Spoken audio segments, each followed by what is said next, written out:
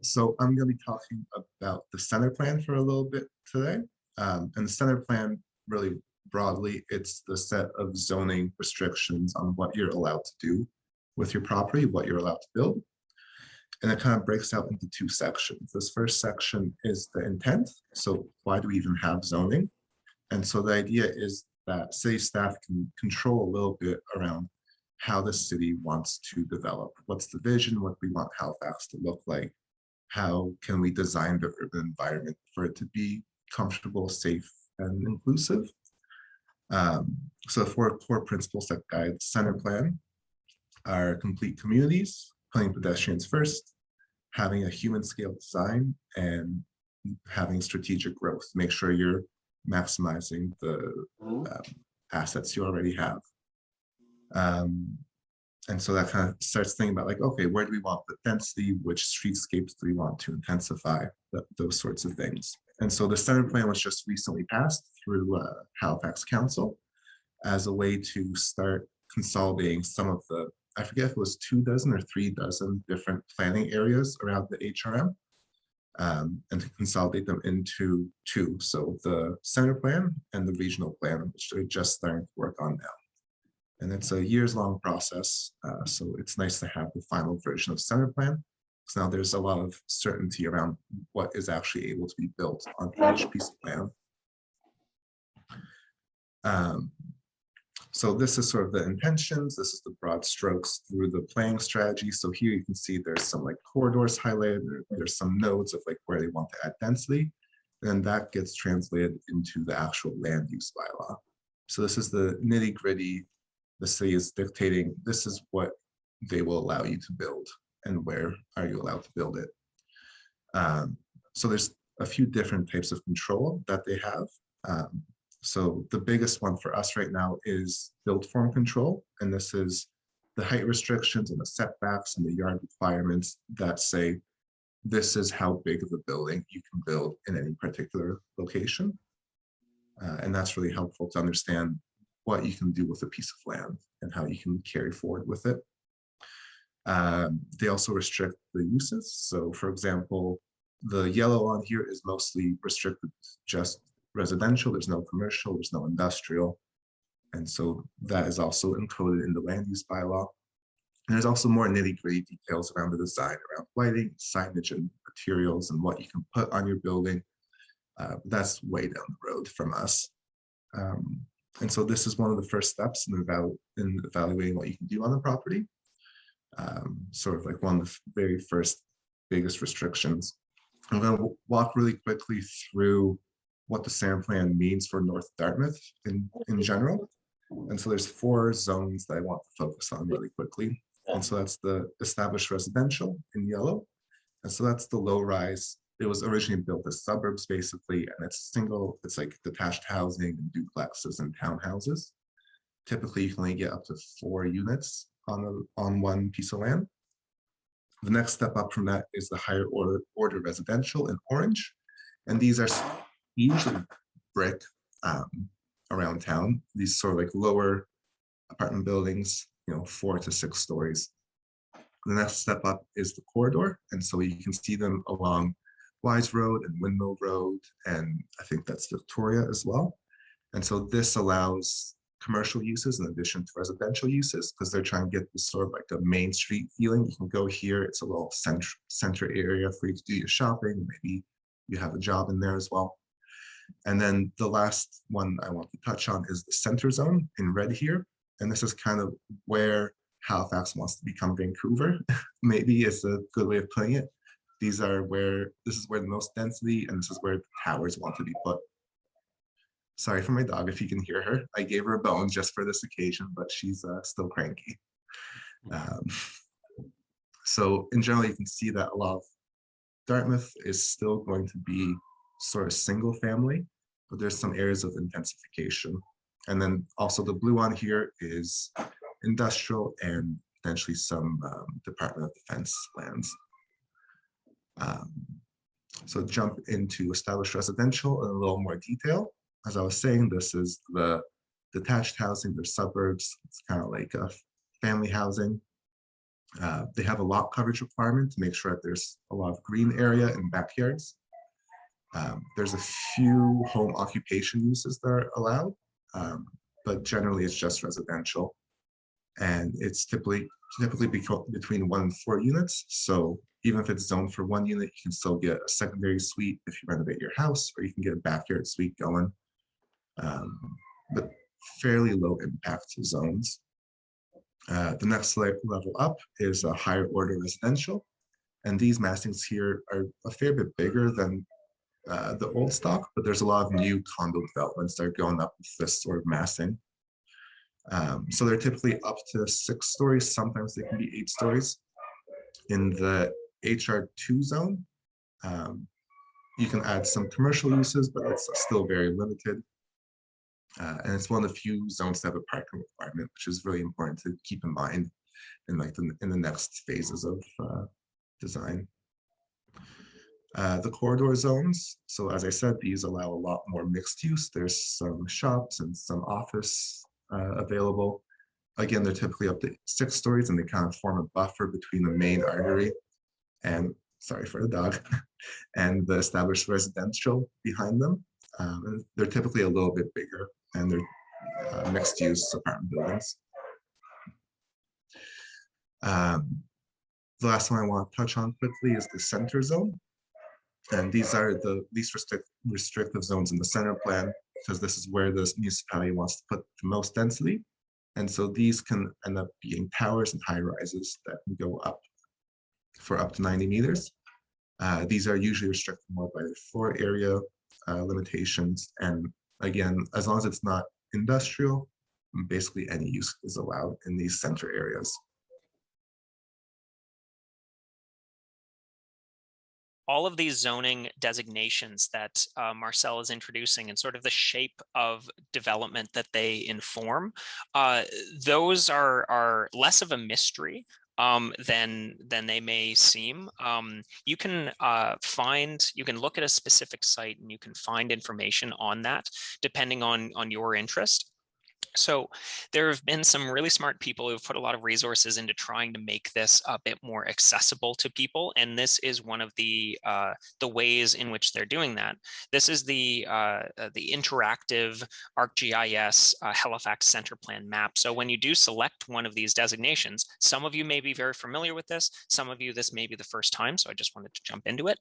But when you select a specific site, a building, a property, what you'll see on the left-hand side are the proposed regulations, which is its designation, which Marcel had been referring to, kind of these corridor designation or established residential, its maximum height, its zoning, and then some other information as well. This is it's a really handy tool, but it's only as useful as it is when you have an understanding. Like, you need to have an understanding still of the different designations, what those mean, and every site still has to be assessed more or less kind of in a case by case, and it's quite time consuming and resource intensive, because you need to understand where your setbacks are based on this and other schedules. So folks are seeing that as we click on one of these properties, the information on the left updates and gives you a feedback of information on this particular tool that's available just by logging online, right? Yeah, it's worth clarifying that when you look at these areas, red, green, purple, what have you, the explanation that this map gives graphically is that these are the anticipated forms and densities that a particular area will incur. This says nothing about it doesn't get into the conversation of what is being actively developed, what's not. This is just sort of like, what are you allowed within these areas? So going through this and looking through the various areas, but then also using your own sense of, okay, well, I know that something over here was proposed, or I know that something over here this area seems to be growing. You can start to combine your understanding of what you're seeing on the ground in terms of construction fences going up, and then what the actual kind of intent or the logic that you see in this map and within the center plan can provide. And this is sort of the, it's the combination, it's the way of thinking, kind of like a planner, kind of like an architect, when you go around the city and start to understand these things. even though this is very base level. It's just to try and give you a bit of a taste of this way of thinking about city growth and about urban development.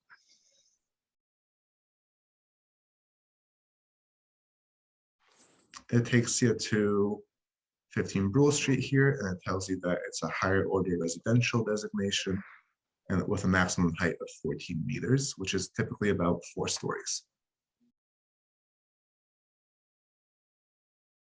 So parking requirements. So for the higher order residential, it's basically, I think it's, if you have more than 12 units, then you need 1 space for every 4 units, something along those lines. That's how they calculate the parking requirement. I'll of course double check once we get into the nitty gritty, but it's that yeah, sort I of think that calculation. you would have to mine the document for the parking information, Marcel. Yeah. Yep. But it's on that order of like, you get a couple free spots without parking, and then you have to start adding parking in. Yeah, and we're kind of jumping in quite a bit, but great. this within this overview, you know, it's to kind of get the idea of what is a parking requirement. But as Benji mentions, looking specifically at a site at its zoning designation will determine through a variety of tables and charts in tables actually in the center plan, whether it requires parking or not, and sort of what parking what degree of parking requirement it will have will, Marcel, if I'm not mistaken, kind of depend on the proposed development and its typology, right? Yeah. Oh yeah, there's a lot of gory details to get into. This is very much just like skimming the very top.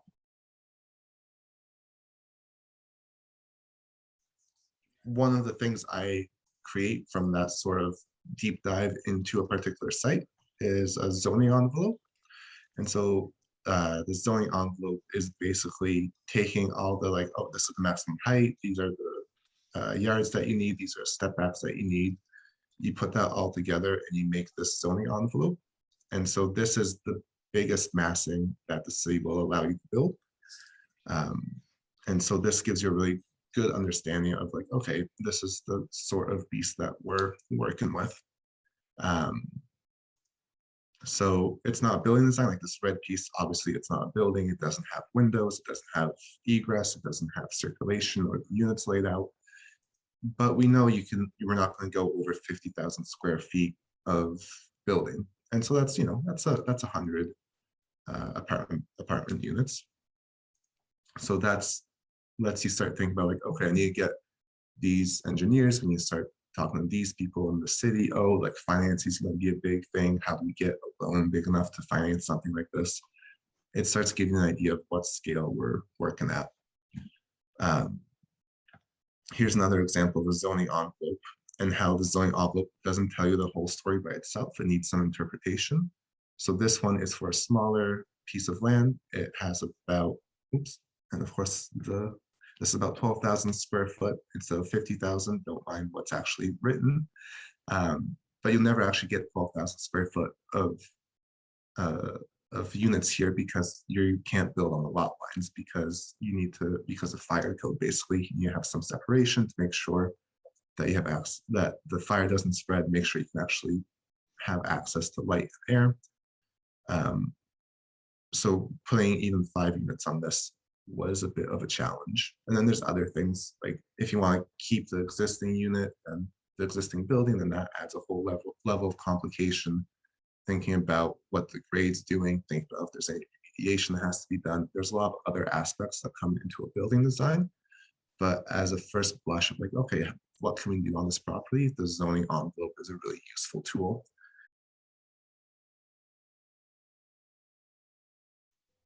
Can I ask a question about the difference between the, what is it, the HR sort of designation and the corridor, and how do they determine how much commercial space you can have in each, and what is considered commercial? Like, would that include office? Like, if we're building a space and putting support staff in, like, is that how that's sort of calculated?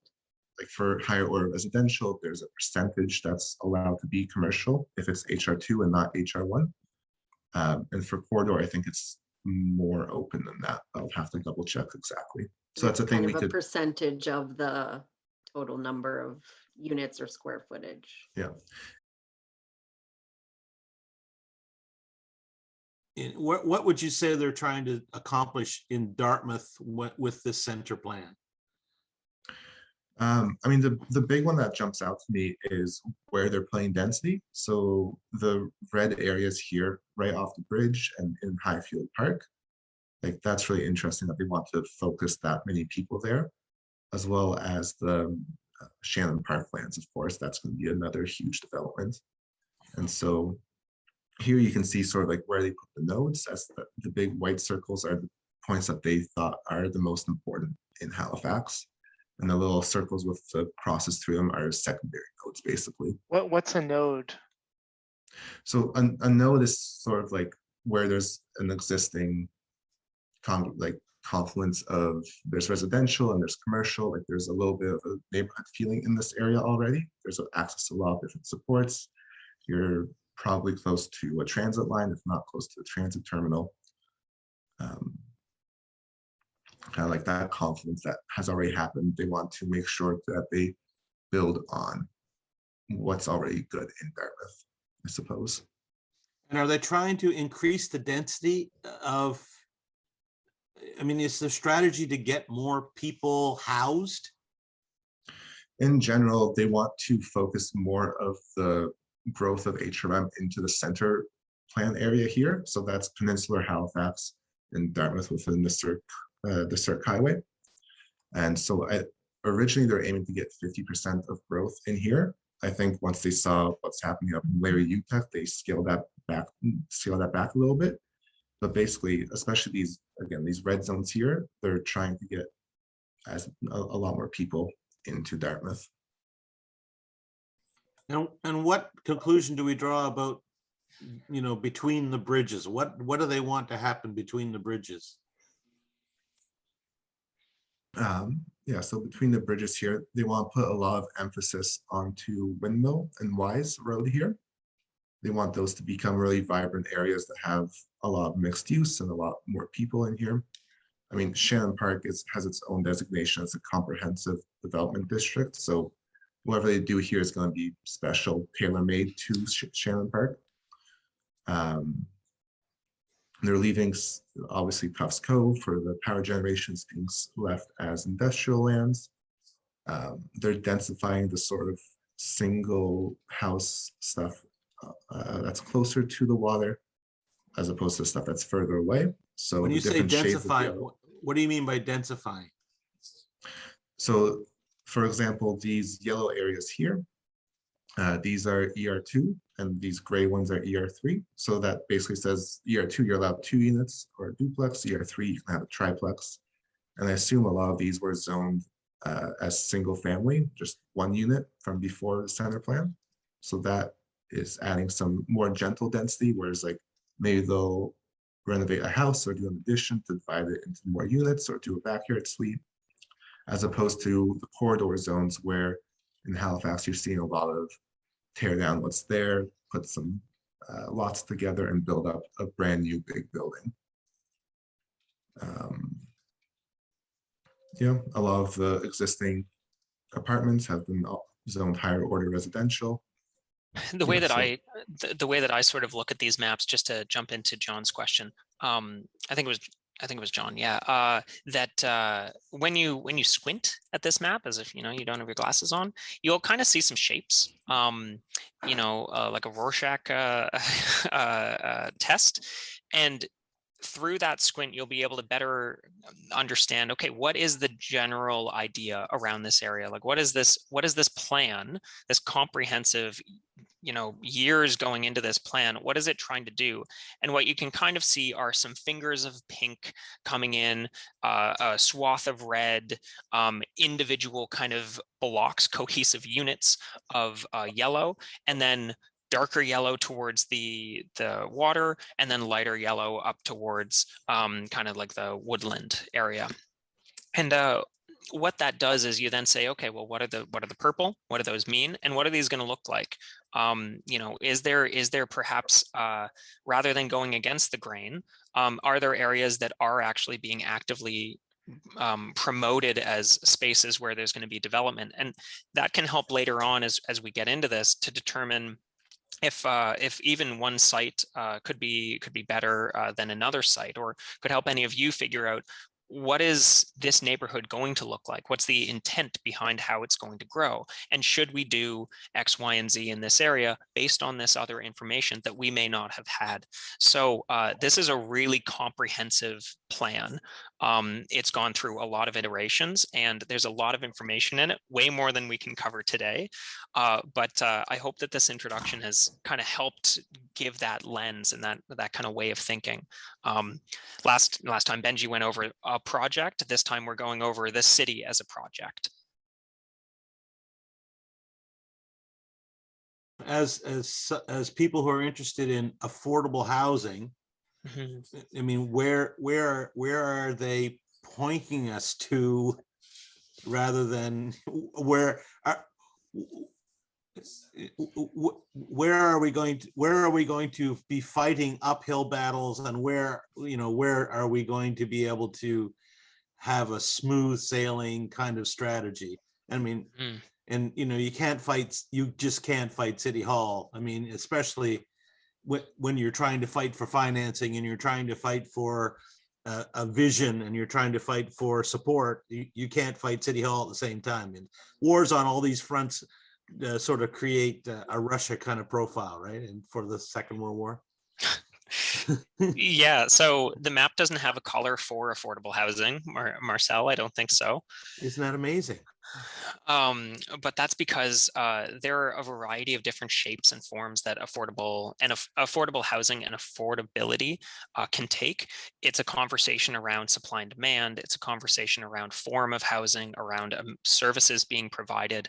And John, you're jumping us right into what basically the next discussion will be, and our little group exercise later on, because all of this feeds together. But the point of this, you're spot on, is about affordable housing. So, so what does this mean about affordable housing? What can we learn from this? That's not an answer to your question. That's just another question. Yeah, No, and go ahead, Marcel. if I may, these colors, these zones, they're not the tool for affordable housing. That they're not how Halifax is thinking about affordable housing. This is very much, if we propose affordable housing that fits within these colors, that follows the zoning envelope and all of that, then that's one less fight we have to fight. If we want to do a huge tower in the middle of this yellow area, you're never going to win that fight. Doesn't matter if it's affordable housing or not. But this is a really clear way to be like, okay, this is the whole point of the center plan, was to tell people, okay, this is what you're allowed to do with this piece of land. And so the built form will be dictated by this, and then the use around the affordable housing and financing, that's a different part of the bylaw. The bylaw doesn't even speak that much about affordable housing in general. Yeah. So that's much more just like having meetings with staff and counselors and figuring it out that way, I think.